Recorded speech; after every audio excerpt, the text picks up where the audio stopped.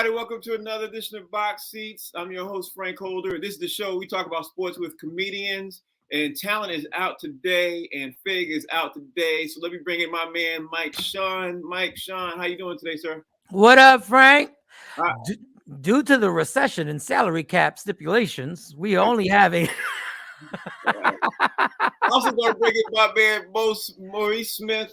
He Mr. Sit Your Ass Down. Mo! What's up, Mike? What's up, Frank, man? What's going on? Top of the afternoon to you, fellas. Top of the afternoon to you, too. So, being it's just us two, we're going to do the show the way we normally do the show. So, Mike, I'm going to start out with you, man, and talk a lot of baseball for those of you out there who's sitting there watching it. Oh, before I even jump into the baseball talk, thank each and every one of you all out there watching the show, supporting the show, Box Seats and everything else. Thank you all. And I really appreciate the love. I appreciate you guys sharing the show on your page and everything. And also, being that all of us were able to do a Box Seats live at Caroline's, and that Caroline's is closing, I want to thank you all who were there and came out to support us too. So greatly appreciate that. So Caroline's is closing? Yeah. Oh, yeah. I guess you didn't get the news. Yeah, Caroline's, their last day is going to be New Year's Eve. Caroline's officially put out. Wow. I never played Carolina. That was on my bucket list too. Damn, that's like 20 years of my life of going in there. Shout out to Ed Lover for having his night there. So, wow. Yeah, it's huge news. It's when I say huge news, and I think Caroline herself was upset because the rent's getting so high. She doesn't own the building, so she's looking for another spot. But she's still up in the air about even doing it again. So that is tragic. Damn. But I'm just happy that Box Seats was able to get in there before they closed the door. So I notched in some part of their history. You know what I mean? Like, hey, we're there.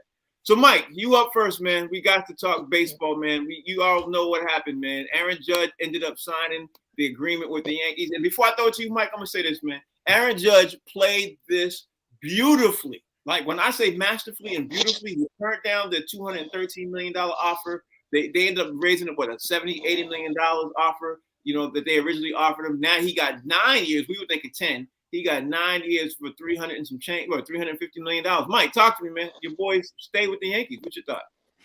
I mean, they raised the money up.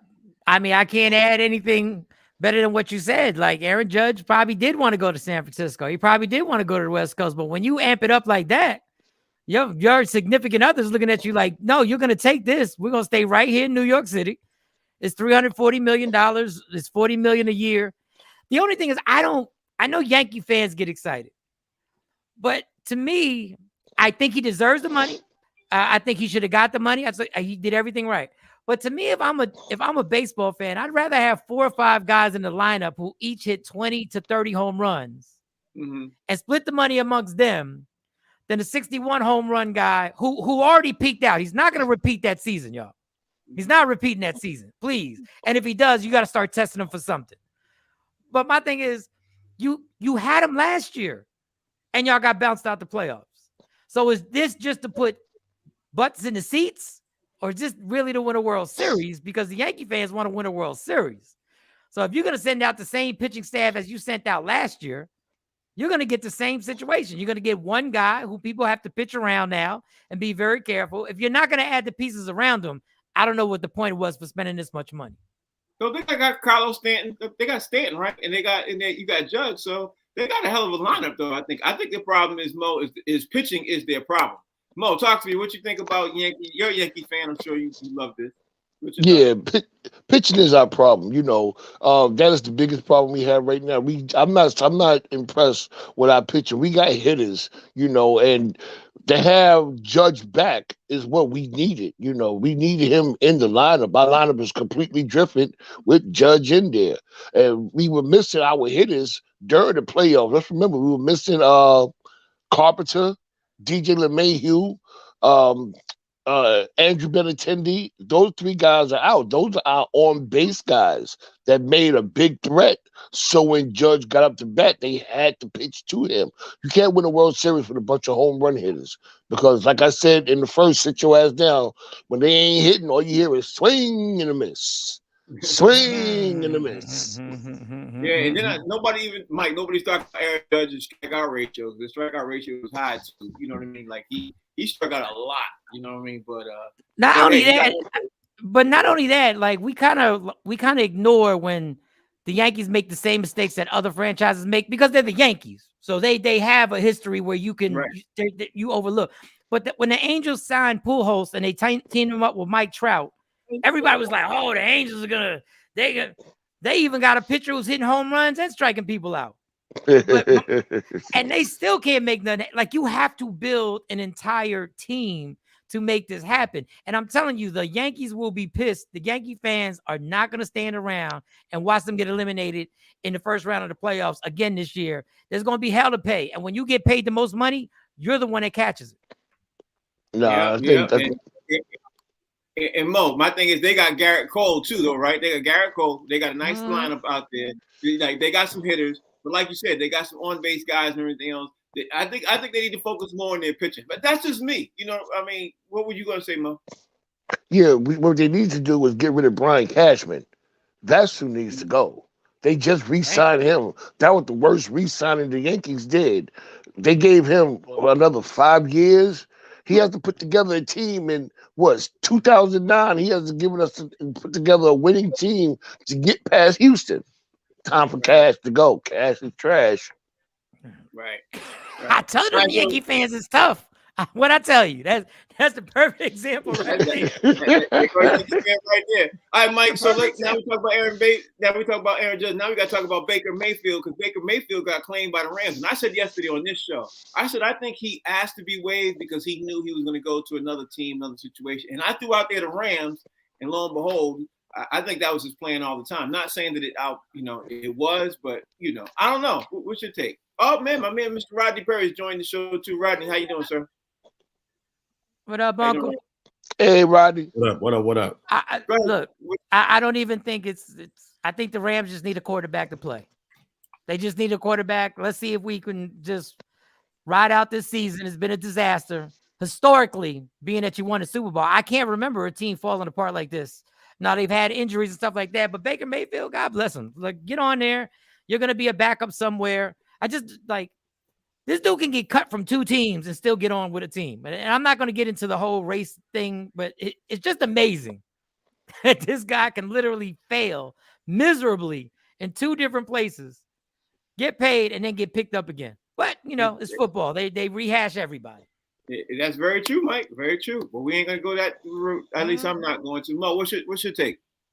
Yeah, that just shows you that you don't have to be a great quarterback these days in the NFL to play in the NFL. As long as they got pieces around you, they feel like they can put anybody in there. It's like a Lego piece. They can just snap it right on there. They ain't got to be the greatest quarterback out there. They just snap somebody in. He said a Lego piece. Rodney Perry, what's your take, man? Baker Mayfield getting picked up by the Rams after he asked to be released by the Panthers. Hey, I don't know if he had a plan, but the dude has got 1,000 lives. He's like a little cat. He's not a great player, but he seems to always be in the mix, man. And he's not horrible either, though. Yeah, it just seems bad. Yeah. I don't think he's gonna ever mimic that 2 year. What was it? 2 years ago, 3 years ago when he had that season up in Cleveland. When he got cut, he had thrown 6 touchdowns and 6 interceptions. Yeah, that's horrible. But every touchdown he was turning the ball over. But go ahead. God bless. He's not a horrible quarterback, but I think another thing on his behalf, I think he's lost his confidence also. When you get cut like that, I think mentally you start forgetting that you were dope at one moment. And it takes a lot to actually get that confidence back. In anything you do in life, if you lose your confidence, it's going to severely affect your productivity. All right, so Mike, since I got you up, Von Miller got the news this morning that he's out for the season with the ACL thing. So my question for you is, do you think that's going to affect the Bills and how the Bills are going to handle things? Because I'm going to throw it out there. In my opinion, I think this could be the problem that the Bills might face in the playoffs, and they might not make it to the Super Bowl. You know what I mean? Because their defense was stout with him in, and it's not so stout with him out so far. There's an amazing thing about Von Miller. He's a great player, but he makes great plays in big situations. Right. Like he did it even with the Broncos when they got at Cam Newton. He did it for the Rams he makes big plays in the biggest situations. There are a lot of guys who are super gifted who rally up the stats during the regular season. And then when it's the fourth quarter with 2 minutes to go and a star quarterback is driving down the field, they disappear. Not Von Miller. And that's a problem because Buffalo, in order to get to the Super Bowl, they're going to have to face some superior quarterbacks.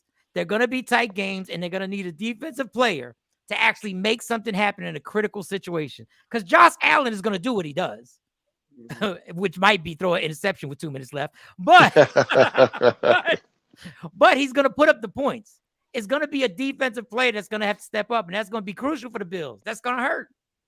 Yeah, I think it really hurts, and I think a lot of people overlooking it.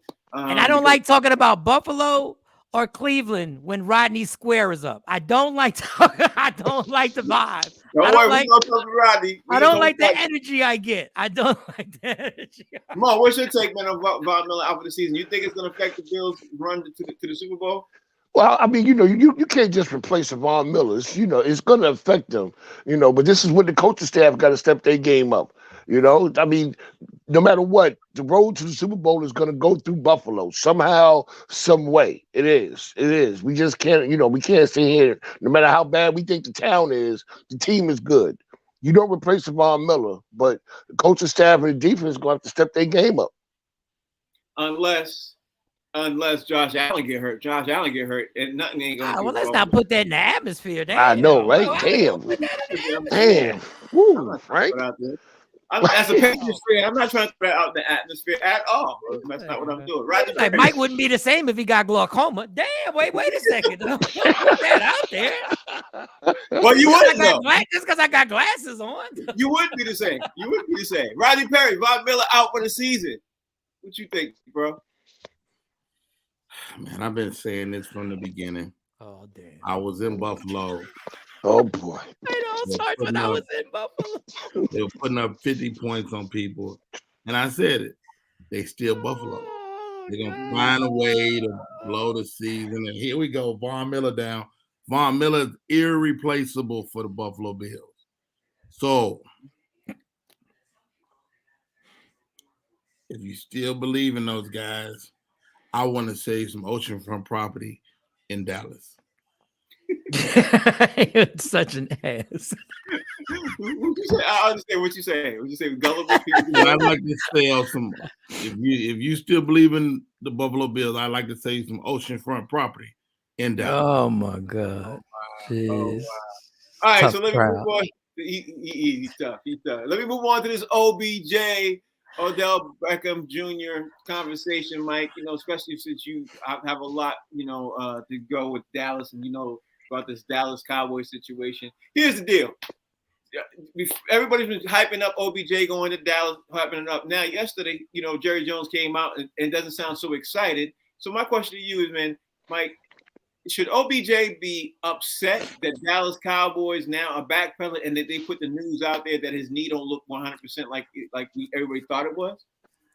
Look, I don't like Jerry Jones, but facts are facts. When it comes to being a businessman, not a general manager for a team, when it comes to being a businessman, it takes a lot for you to bamboozle him.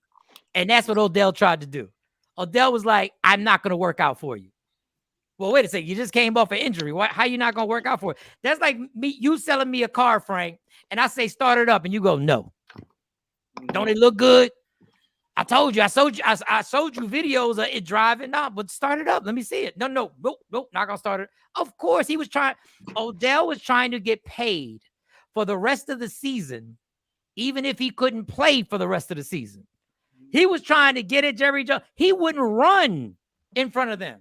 He wouldn't run a pattern in front of their coaches. And Jerry was like, Doug, if you can't help us this year, get on out of here. Mm-hmm. So what he'll do is he'll bamboozle the Giants. He'll get at the Giants. He'll get a 3 or 4 year deal with somebody, and we won't see him till next year. Yeah. But it was a good try, Odell. I mean, I'm not mad at you. I would have tried too. If I could try to get a job and not do anything to prove I could do the job, that's a great look. That's a great look. And get $10 million for it. Let's not forget about that either. Mm-hmm. You know what I mean? And so Mo, what's your thoughts on Jerry Jones? Seem like he's backpedaling. You mad at the Cowboys? You mad at OBJ? Well, you mad? What's your whole take? How you looking at this? I'm not mad at the Cowboys at all. I mean, I'm kind of glad they didn't get OBJ. I didn't want him in that my division again anyway. But it just goes to show you, man. I mean, I really didn't understand how OBJ became so important to all these teams when he's yet to prove that he can play a whole year without being injured. Has he gone a whole year yet without being injured? He's been injured since his rookie season. He ain't gonna bamboozle the Giants. Yeah, he's always injured. He's always injured. I think you're right about that. But Rodney, here we go. Let me bring up Uncle Rodney with Mr. What did he say yesterday? Pastor Abernathy, Reverend Abernathy yesterday. So what's it gonna be today, Rodney Perry? You know, it's real interesting to listen to these guys. You know, a lot of guys follow suit. No disrespect. So everybody is talking about OBJ, and so do we. But actually, the guy's been playing great. He got injured in the Super Bowl. He got those guys to the Super Bowl. How about this? Dallas don't have a quarterback that can throw the ball down the field anyway. Well, they got CD. They got CD Lamb. He's vicious. How many passes CD Lamb to call in excess of 20 yards? Well, if we check the stats, it ain't happening, Mike. It's a lot. No, it ain't. The Cowboys cannot stretch the field with CD Lamb, OBJ, or Rodney Perry. Well, I give you that one. It definitely can't stretch the field with Rodney Perry. Definitely can't. My stretch is 5 yards, so I'm there. Boom, turn and go.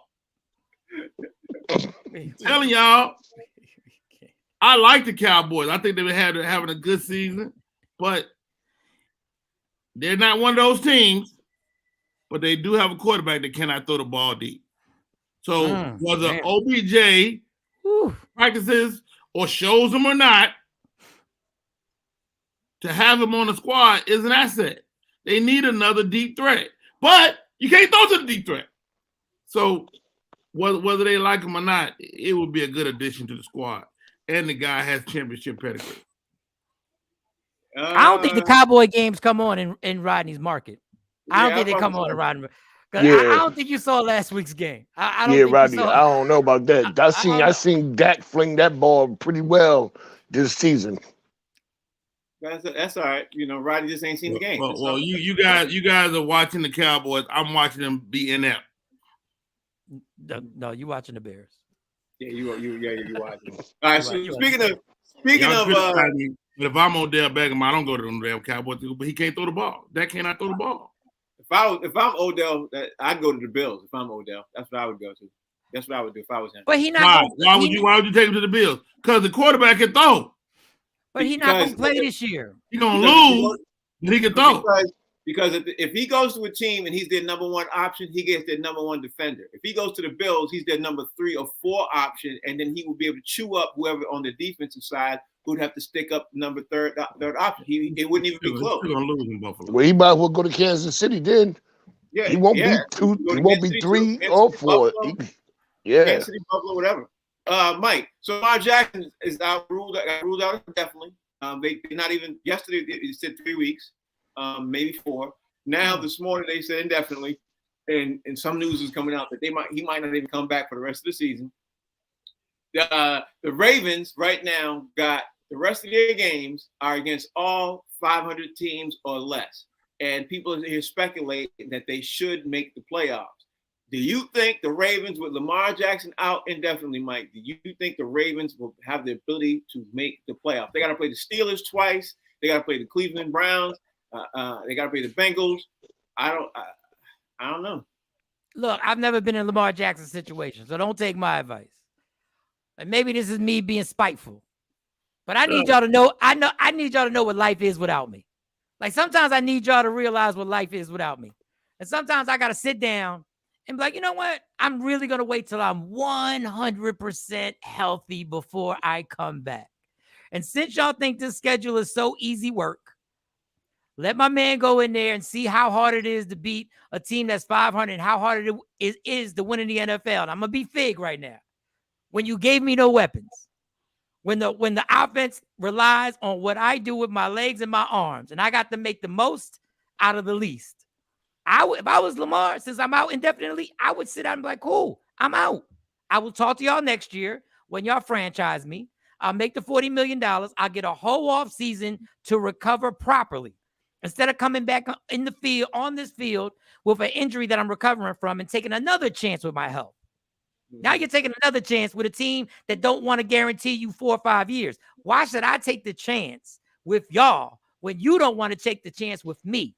Now that could be spiteful, but I just say that's the way I would deal with it. Don't take my advice. Call your mama, Lamar. Call your mama. Take her advice. Don't call me. Ooh, call your mama. No, but she's doing a great job. She's doing a great job. I'm saying, listen to your mom. She's the agent.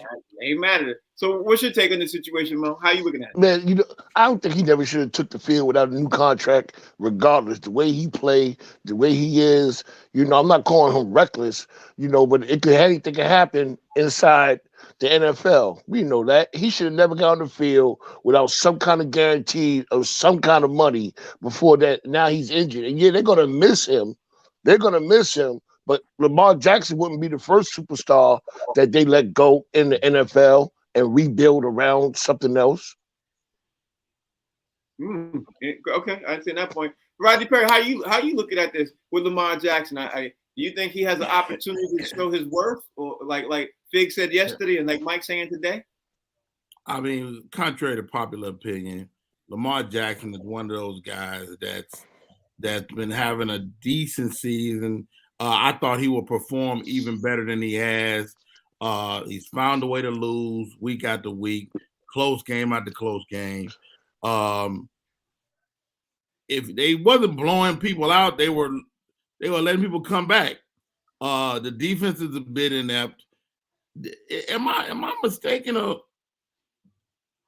The Baltimore Ravens used to be in Cleveland, right? Yeah, no, they used to be in. I forgot. You mean beating Cleveland, right? Is that what you said? No. That Browns team moved to Baltimore. Yep, that's right. Yeah. Yes. After the Colts moved to Indianapolis, they moved the Browns to Cleveland. They're just another set of Cleveland Browns losers. They've won 2 Super Bowls, right? I'm telling you, man, there's something about that Cleveland mystique on you, man. It's a stink. You just can't get it off. It's like a skunk. You ever run into a skunk and be like, man, I can't get the smell off? That's that thing, man. No, I'm joking, man. I like Lamar, man. I think he's great. I think he deserves his money. Hopefully, like Mo said, will he not get his money ever? Maybe not. The coach said this year Lamar Jackson will get his money. We'll see if the coach is telling the truth or not. Yeah, we definitely will see that. All right, Mike, you up next. The Titans ended up firing their GM, John Robinson, and they fired him right after the loss to the Philadelphia Eagles, 35-10. So, Mike, I'm kind of tripping on why they were out of the clear blue sky following them, because the Titans, it's not like they have a losing record; they're winning. You know what I mean? I think they're the 3rd seed in AFC right now, and I'm thinking, why would they fire their GM? So, Mike, what's your thoughts on why they fired their GM? Because his GM, from what I've heard from the reports that were out, the GM of the Titans were the ones that said we don't need AJ Brown.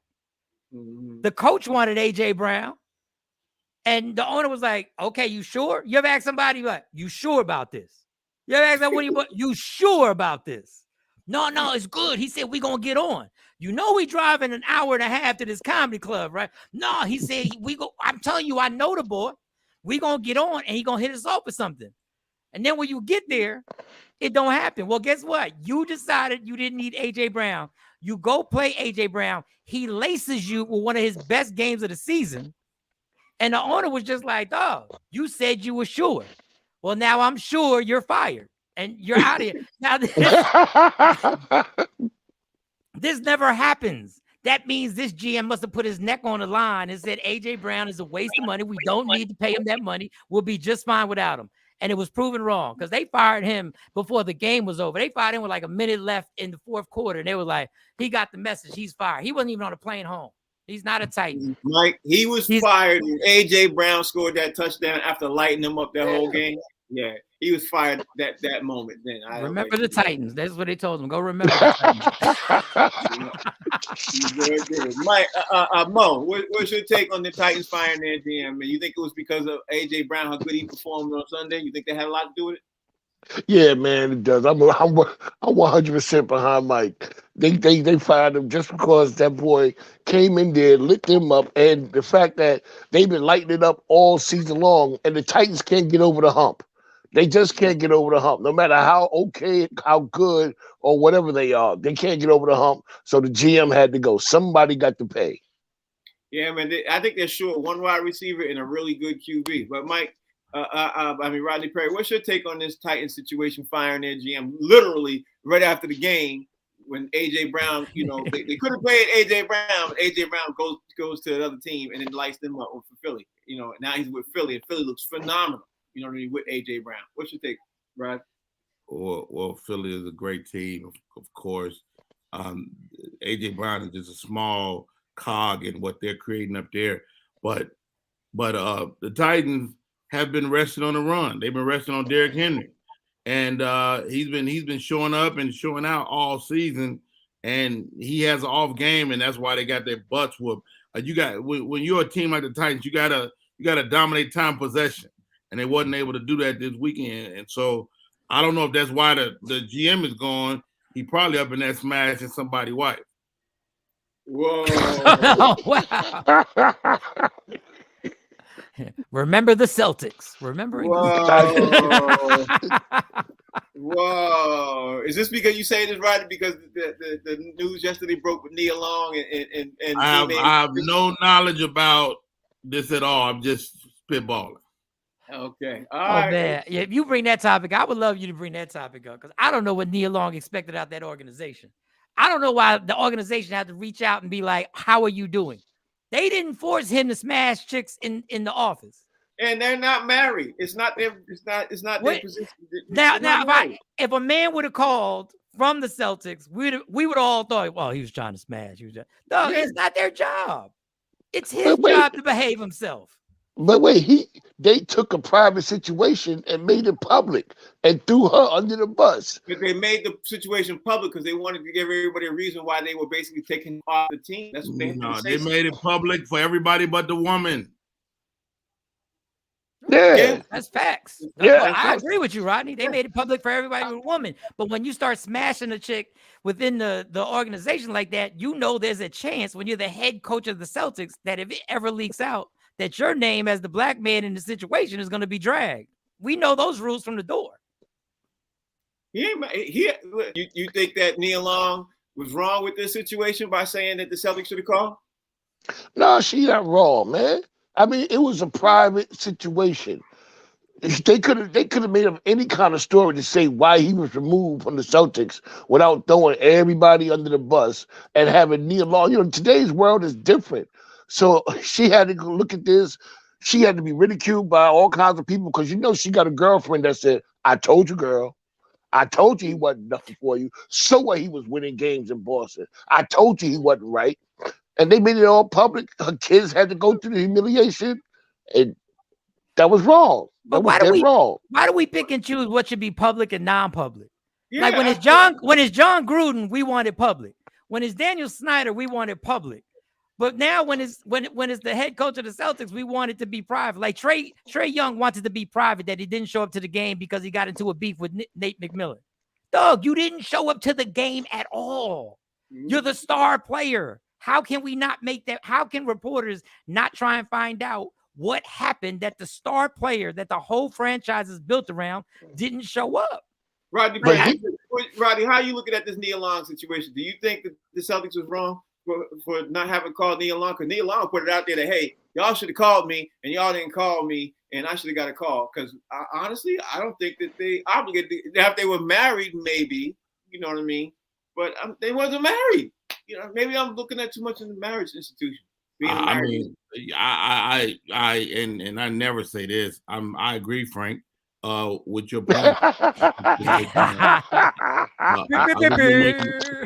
I think you make a great point, man. And I talked to my wife and I told her Nia's available and I might be out of here. And he said that with a straight face, y'all. You see that with a straightest of straight face, like he ain't playing. Like I might be out of here. Okay. So let me bring up the next topic because you completely threw me off with that straight face there, Mike. So the great Golden State Warriors called back James Wiseman, Mike, after 7 games with the G League. They felt that they decided, you know what, you could come back. We thought you were gonna have to be down there for the whole year, but they called him back. I think purposely they called him back because they having some issues down low. You know what I mean? Grabbing the rebound, stuff like that. Why do you think Golden State called him back? And what's your thoughts on this, man? Because they sent him off and they kept losing. That's why. Right. Because he couldn't be the scapegoat anymore. Steve Kerr couldn't use him as a scapegoat. They're still struggling on the road. They lost last night. It's still a problem. Like, I'm not saying James Wiseman didn't need to improve, but and we take part in this. We take the narrative and we make somebody a scapegoat on why the team is falling. We did it with Ben Simmons with the Sixers. We said, oh, you saw what he did? He passed up the dunk. There were other problems that were going on with that team. There's other problems going on with Golden State. And what you need is some young legs because Draymond can't do it by himself. They need as many bodies as they can to hit that offensive and defensive boards. And they were like, all right, come on back. Come back. We don't even know what his numbers were in the G League. Like, nobody even told us his numbers on, did he kill it down there? Or was it the same old, same old? Yeah. Mo, I think he's onto something with that because they brought him back abruptly. They brought him back. He was supposed to be down there for at least 5 months. But he comes back now after 7 games. Yeah, they shouldn't even let him go. They should have kept him right there in the NBA and play and mature with the team. You know, the team is like he said, the team is starting to fall apart. They all getting old. Clay ain't Clay. Draymond ain't Draymond no more. And they looking for a Band-Aid to put on that team to make it look better and feel better when the boo-boo is bigger than that. The boo-boo. He said the boo-boo is bigger than that. That's the quote of the day so far. Rodney Perry. Golden State called back James Wiseman, man. How are you looking at this situation? Because I wish Big was on it. Golden State Warriors is losing, man. When you lose, you desperate times require desperate measures. So you call back a Wiseman. Shit, they want to call James Worthy. They want to call James. They called James Ingram. They called all the James. James Ingram. They're all the James. They called James from Good Time. James, yes. I mean, I think those straits are way more dire than we know in Golden State, and Curry can't do it by himself.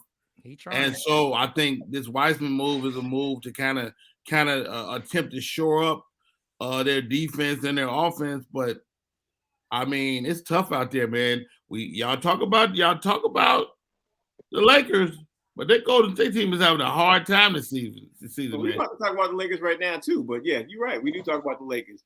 So, Mike, speaking of talking about the Lakers lost to the Cavs last night, man. So, is everybody overlooking the Cavs right now? Because the Cavs are quiet as kept. They're beating everybody. You know what I mean? Like they're winning. They're winning too. They don't have the best record in the league, but they are beating some teams that people didn't expect them to win. And Anthony Davis went out after the first quarter with flu-like symptoms, which really got me upset because I was like, damn, I wanted to see the game, But what's your take, man? Now the Cavaliers, look, they got a squad. And Donovan Mitchell is fit right in, and he's the leader. He doesn't have to play behind other guys who are older than him with the Jazz because he was the youngest guy, so he really couldn't take control. I'm impressed. I'm impressed with the team. Unfortunately, they're still immature where they're not winning on the road and all that other stuff. But I will say the Lakers, I'm impressed with the Lakers. And now that I've dug in, because everybody said how old they were, and Rob Pelinka, we killed him for the moves he's made. These young guys that are coming off the bench right now got some skills. I don't know. I didn't think I'd see a guy named Lionel, or is that his name? Is it Lionel or Lenny or something like that? Something like that. Walker. He's 23. He's balling out. The guy who came in for Anthony Davis was balling out. And these guys are all early 20s. And Schroeder's doing his thing. I think you put Anthony Davis back in the mix. Listen, we laughed at Russell Westbrook. Russell is where he should be. Coming off the bench, leading that second team, being able to do what he wants to do. And LeBron drops his 20 to 25 points, 9 rebounds, 7 assists on a regular basis, which is crazy that he's still doing it at this level. And I think the Lakers, listen, I sat up there. I said they had no expectations, and I thought they'd do better with no expectations. The expectations are gone, and now you see they're coming together. It took a minute, but they're coming together. The show you watch is called Box Seats, where we have jokes and laughs and all the other stuff with the comics talk about sports. So Mo, what's your take on the Lakers situation now? They, Mike said they're coming together, but they did lose to Cleveland last night. There's still some problems. But what's your take? Yeah, I'm not gonna read too much into that game where they lost to Cleveland last night, because they've been coming together and been playing great. It just is, can they keep it up? That's the only thing about the Lakers. Can they keep it up? But going into Cleveland was all hyped up because we get a chance to beat LeBron James in Cleveland. And who wouldn't be hyped up for a game like that? I think I might have been hyped up and might have dropped a couple of buckets if I was playing last night. He said he beat LeBron in Cleveland? Come on. Sit your ass down. I'm playing. There you go with that one. Rodney Perry, the Lakers lost to Cleveland. You said the Lakers was going to beat Cleveland. Wasn't that your prediction? I don't know if I said that, but I don't know if he said. I wasn't here yesterday, we wasn't talking specifically about that game. So my goodness, somebody roll back the tape. No, I know. Rewind. I said the Lakers are on track, and who knew that? This is the crazy thing. So LeBron takes 5 games off, essentially about 3 weeks, right? I think this guy Darvin Ham is an evil genius. I think he says, okay, we're playing great, LeBron, but I need the rest of these guys to play without you to find themselves, and they do. You got AD that steps up. Now he's doing the opposite. I mean, I think AD is actually sick. I mean, if you see the way he looked ill. He tried to tough it out. He just couldn't. So the big issue with the Lakers last night is the interior defense, where they had no shot blocker behind them. And so they've been used to kind of defending and letting the guy go into AD and he blocked, right? They couldn't do that last night. And so it's forcing the Lakers to now go back to old school basketball and move your damn feet, man. And so it was a great game if you watched it. It was a really good game. The score went back and forth all night, but I had a feeling as I was watching it way down the last minutes that Donovan Mitchell would do his thing. Man, this guy's good, man. And this Cleveland team is a good team. Will they win the chip? No. Yeah. I just want to say one thing in the NBA. If somebody is torching somebody, can you either double team them or take the Paul guy off? Austin Reeves was getting torched by Donovan Mitchell. Like, either take him off or double team him, because they don't do that in NFL. In NBA don't do that for some reason. Make him pass the ball up. They do that. They will run somebody at somebody to make him give the ball. The poor dude was getting. The dude even looked like he tapped out. Like he was like, "Dog, there's nothing I can do. I can't hold him. Can you help me?" Yeah, he was having a tough time with the kid with the afro. Yes. Yeah, I didn't see a lot of portion of the game, so I'm kind of bummed about that part. But Mike, okay, let's talk about Ben Simmons. YouTube. You can catch it out. That's the highlights. ESPN 1, 2, 3, and 4. Yeah. There's actually unsung. They actually have an unsung about the game right now. They have an unsung on TV One. On TV One, they have an unsung. On TV One. It's called That One Night. Where are they now? Austin Reeves Unplugged. Austin Reeves Unplugged. Behind the scenes. So Ben Simmons is getting ready to miss his 4th straight game, Mike. Brooklyn fans seem like they're getting ready to get really aggravated and frustrated with Ben Simmons. We've been talking about Ben Simmons literally for 2 years. You know what I mean? Like it's always something with this dude. What's your thoughts on Ben Simmons? He's supposed to come back Friday though, but he's look like he's missing another game, his 4th straight game. What's your take on this Ben Simmons situation? When people have a narrative about you, and I've lived this, it is so hard to change it. Like when people have what they say you are, it is really damn near it's something legendary you have to do to change it. Or you just have to work your hardest to change the opinion of people. He was starting to come along, and People were joking because he was only getting 12 points, 7 rebounds, 4 assists. But he was coming along. He had one game where he hit 20. And then he got hurt again. And then everybody piles on. I know he's rich. I know he's got all the money he'll ever need. I feel bad for him. Because it's like he'll never get the opportunity to actually fight through what we already have as perceived as what Ben Simmons is. And it's kind of messed up. And that's why I applaud Geno Smith in the NFL. I know it's a different sport. I applaud Geno Smith for being able to, after a decade of people saying he was a bust, to be able to do what he's doing to Seattle Seahawks. I wish the best for Simmons. I really hope that he can contribute in the playoffs this year. I hope. And that still might not change the narrative on it. That was well said. Well said. Mo, you want to add on to that? Yeah, I don't know about comparing him to Geno Smith, man. Come on now. At least I don't know where that came from. You know, at least Geno Smith over that decade went out and tried to prove that he's a good quarterback. Ben Simmons just don't.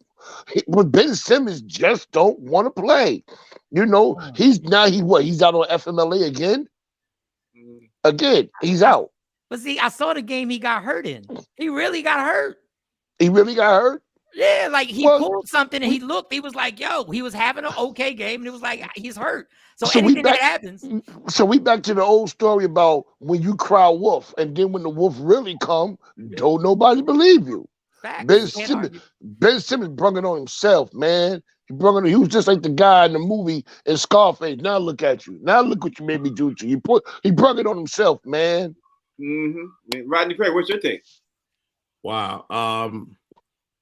Man, Ben Simmons, man. I mean, the guy's having a tough situation. I mean, listening to Mike, man.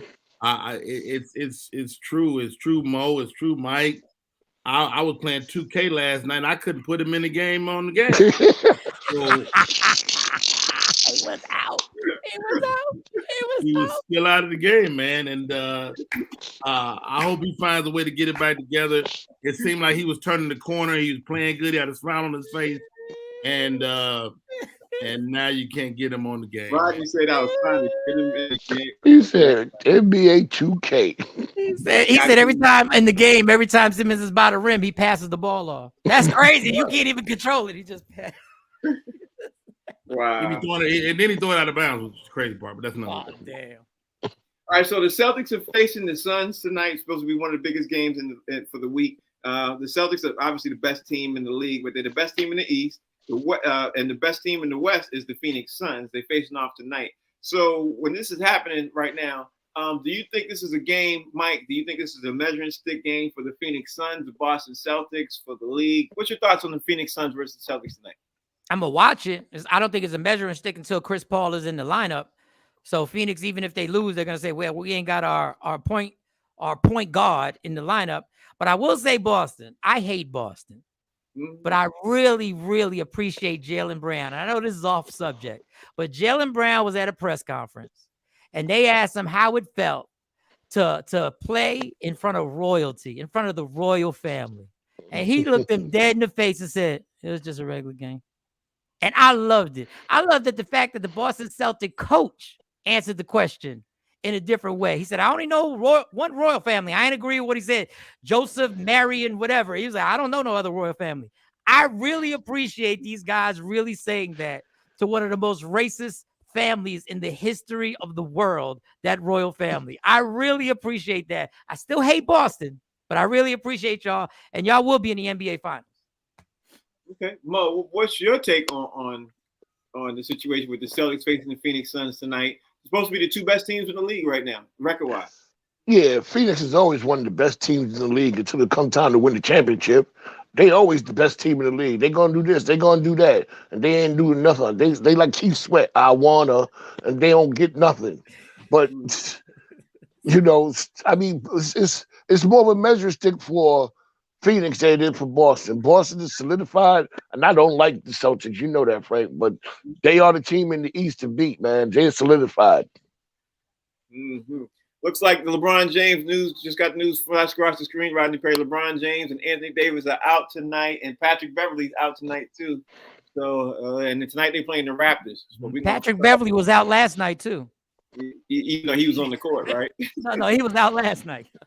So, Rodney, what's your take on it? Is this a measuring stick for the Phoenix Suns? Measuring stick for the Boston Celtics? What's your thoughts?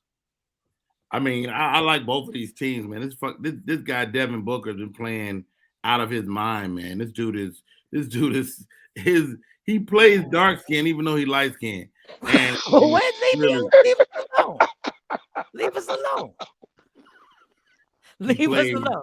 He's playing light skin. He's playing light skin basketball right now. No, he's not. No, he's yes, not. He is. He is absolutely dark skinned. And it's beige. Guy does his stuff thizzle. I like the Boston Celtics. Could we be looking at a early look at the playoffs? Could we be looking at the finals right now? How about this? Could be. The guys in Boston ain't proved they can go left yet. And yes, they have. Say again? I said you definitely ain't been watching. Oh, yes, they have. Them boys, are they going left this year? They going left, right, straight. Me and my boy called them down. So we can agree that they didn't go left last year. Yeah, they didn't last year, but they are this year. Well, good for them. They didn't prove it to me. We looking for the guys out in Boston to really show up. They're tougher. They got a new coach haphazardly. But how much was he doing? How much was the coach? How much was Ime Udoka doing for them to let him go so easily? He was doing a lot. I mean, that usually affects the team. So I think the people that have something to prove is the Phoenix Suns. They got something to prove. I don't think they're going to have Chris Paul for the lion's share of the season. He's virtually on the court coach right now, and he should be getting ready to get up out of there. It's time. Yeah, 100%. So, Mike Sean, speaking of the NBA, man, one of the biggest rumors going on around here in Boston is because Grant Williams is up for final year of his contract right now, and he's trying to work out an extension. There's rumors coming out of Boston that they've been contacted by the Miami Heat for a trade with Bam Adebayo. I don't think the Celtics going to do that at all. But the funny thing is the Miami Heat have Bam Adebayo on the trading block to get some obviously some bigger pieces and everything else. Do you think Miami's going to do a mid-season major trade? Because we all know Pat Riley don't like standing still. He does not like where his team's at right now. They're not even, I don't even think they're in the top 4 or 5 in the, by this time right now. They usually are. So what's your take, Mike? It would make no sense for the Celtics to make that trade. Yeah. Bam is AKA whenever I feel like it. Whenever I feel like it. Whenever I feel like putting the foot to the pedal, and whenever I feel like going all the way in, I become a disruptor on the offense and the defense in favor of the Heat. But we don't get that. We've seen him disappear in playoff games. And you guys got Robert Williams, who I think once he's healthy and in the lineup on a consistent basis when the playoffs come along, I think the Celtics are going to be damn near impossible to beat in the playoffs. I think they have everything. And I think now extending Grant Williams, I don't know what he's asking for. So, as a salary cap, I don't know what he's asking for. But I know when that team comes together and they're healthy, I don't see them being able to be beaten by anybody in the Eastern Conference. I see them winning the championship. But you're not answering the question, though. You think Miami will make a major trade during the middle of the season? Yeah, of course they would. But who's going to fall for the bamboozle? There's another Odell bamboozle. You want to give me somebody that you want to get rid of because you can't get full effort from them when you want it. This is the same way they got rid of their other big man, Whiteside, when Whiteside was getting 20 rebounds and they bamboozled the Utah Jazz in a trade. Everybody saw it. Whiteside is out the league now. Mm-hmm. Ain't nobody falling for that. Okay, so but Bam Adebayo can play though. I think Bam Adebayo, but when he wants to play, I think he can play when he wants to play. But Mo, what's your take? Do you think Miami's going to make a major trade, and you think they're going to put Bam Adebayo or who? I mean, who? Because they get bigger too. So they got Miami's about to make a move. They're about to do something in Miami because I thought I read something the other day. The point guard, what's his name? Kyle Lowry. Yeah, they talk about him being on the move also. So, Miami's about to make a move. For Boston to make a move, it'd be dumb. It'd be the dumbest move ever. It would be. Much as like I said, I don't want to admit it, but they are the team to beat. But Miami, they about to overhaul, rehaul, and do it all over again. Yeah, they're gonna have to do something with Kyle Lowry, and they're gonna have to do something because Jimmy Butler's getting upset. They're gonna have to do something. Michael, Rodney Perry, what's your take? You think Miami Heat gonna make a major trade in right now because they got some players? I don't know if I think it's a dumb move for a team like the Celtics to get a Bam Adebayo. I think the guy is an energy guy. He's all defense, all world defense, and they could use that. You know, he don't have to. Any offense from him is gravy. You know, I just don't know who they get rid of. It'd be Grant Williams. It'd be Grant Williams if they got rid of him. You know, I don't even know who Grant Williams is. The light-skinned round dude who's 6'8", powerful. Exactly. Like, who gives a damn? Get Bam Adebayo. But they already have somebody playing his position and who's younger and who's better than him. Yeah, that's right. Yeah, they got Williams is better than Bam Adebayo. I believe so. Yeah, especially defensively. I believe so. Yeah, I don't think so. I like Bam. I like the cachet that comes with Bam Adebayo. I like the guy coming on your team. He's a leader. They're absent a leader in Boston. You know, they're absent a real deal guys. Come on, get in there and gather around. No. Yeah. Mr. Mo, sit your ass down. And the funny part is Pat Riley, when he starts wanting to get rid of people, don't be the sucker that takes the person because there's a reason why he wants to get rid of him. Yeah. There's an absolute reason. Yeah. So this is the show called Box Seats. We're going to come back again tonight at 7. We're going to do it again at 11. Rodney, what you got going on in the next couple of days? Are you filming anything, man? What's going on in Rodney Perry? Actually, I'm shooting a movie tomorrow. It's like a romantic comedy joint, man. And, you know, you catch these little holiday movies this time of year. And so, but it won't come out to next year. So, yeah. So I'm working on that stuff, working on that tomorrow. And I'm on the road. I got Detroit coming up and I got Raleigh, Durham coming up as well. And, Ryan, you want to say any last words about Caroline's before we leave? What about Caroline? It's closing. New Year's Caroline's Eve. is closing New Year's Eve. Oh, that's why they've been letting all the blacks in there. I guess he said what he wanted to say. Did you? I mean, have y'all tripped off of that? There's been a lot of black folks on that stage in the last 5 months. Yeah, including us. Including us. Yeah, including us. Yeah, I ain't mad that we got a chance, but you know, New Year's Eve is the last show. Mo, you got anything? They'll just move. They'll move somewhere. It's not over. Yeah, I think they'll move. She got money. She's filthy rich. So go ahead, Mo. Yeah, I don't have a whole lot going on this weekend. I'm just getting ready for Friday with my sit your ass down, and I'm gonna be down in Rhode Island this weekend, hanging out with the fellas at the Quahog Comedy Circuit. All right, there it is. Michael Sean, I know you're still doing your morning show. You got anything else jumping off? We're doing the morning show, obviously, every morning on Media Room 360 on YouTube and Facebook, on MySpace, on Siri, on everything. Google Maps is all. Just go just go check it out. Also, we're putting the final touches. So listen, if you ever I know these are friends of mine. If you ever got a quick prayer, we're putting the final touches on this talk show on the CW 33 in Dallas. So we'll see. I'm putting positive energy out there that this is going to happen. So shout out to my girl, Shawnee Scott. She does a lot of work for me, and thank you very much, girl. There it is. The show's called Box Seats. We will be back tomorrow. Fig and Talent should be back. Tomorrow's Thursday. We're going to have to talk about more Aaron Rodgers news. I saw something right before I jumped off, on the air again. But we'll talk about all that tomorrow. But thank you all for watching. We'll see y'all again tomorrow. Thank y'all.